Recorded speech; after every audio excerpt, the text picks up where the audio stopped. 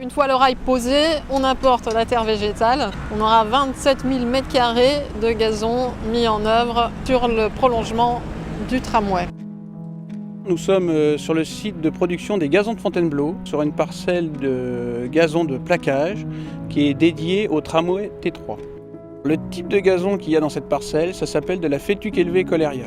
La particularité de ce gazon, il est peu demandeur en eau et peu demandeur en tonte et zéro phyto. On peut dire que c'est un gazon éco-performant et éco-responsable.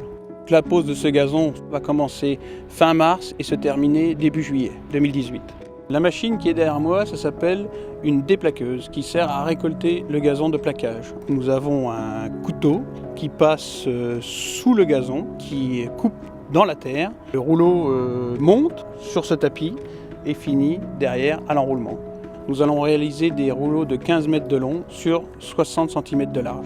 Le feutre, c'est le système racinaire, c'est la spécificité de notre métier, c'est de provoquer du feutre pour pouvoir récolter le gazon. C'est les racines qui s'entremêlent et qui font tenir le gazon pour pouvoir faire un rouleau.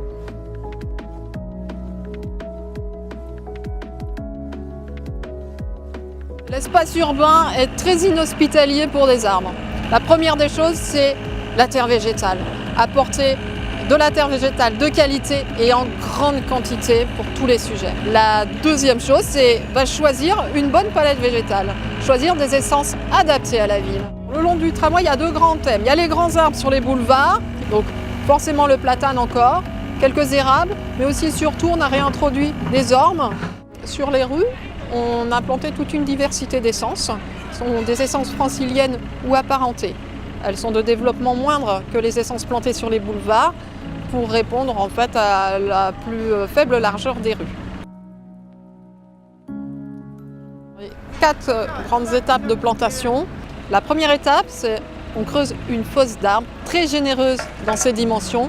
On amène dans cette fosse l'ensemble des substrats. Une couche drainante d'une vingtaine de centimètres. On la protège par un géotextile. On amène la terre végétale à proprement parler. Donc ça, c'est un mélange de terre, de compost et de pierre. La troisième phase, c'est la protection de cette fosse en attendant les plantations. Il est très important de garder une terre végétale parfaitement exempte de pollution, parfaitement saine pour y planter des arbres. La quatrième phase, la plantation à proprement parler. Donc c'est une phase très délicate, très soignée. On purge à peu près 1,5 m³ pour installer la motte de l'arbre et puis un remblai.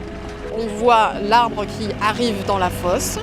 On le positionne bien au centre et à la bonne altimétrie. On ancre la motte. Les massifs d'ancrage sont des tuteurs invisibles qui permettent de stabiliser la motte à même la terre. On remblait avec un mélange adapté, un mélange terre-pierre encore, mais avec des pierres un petit peu plus fines qui permettent une meilleure installation du système racinaire. Et on a également à cette étape un petit peu de compost dans le mélange. On protège, on rebouche, on forme la cuvette d'arrosage et puis on met en place les canisses. Ça sert à la protection du tronc contre le soleil, les échaudures, les petits coups de canif, etc. Aujourd'hui, on a planté un pommier à fleurs. Ici, vous êtes dans un ensemble où il n'y aura que des pommiers à fleurs. On sera dans une sorte de petit verger urbain qui fleurira au printemps. On plante pendant la période hivernale parce que ça correspond au rythme biologique de l'arbre. Les riverains prennent beaucoup de photos. Ils félicitent les équipes de jardiniers très régulièrement. Et c'est vrai qu'il y a un vrai plaisir quand la végétation arrive.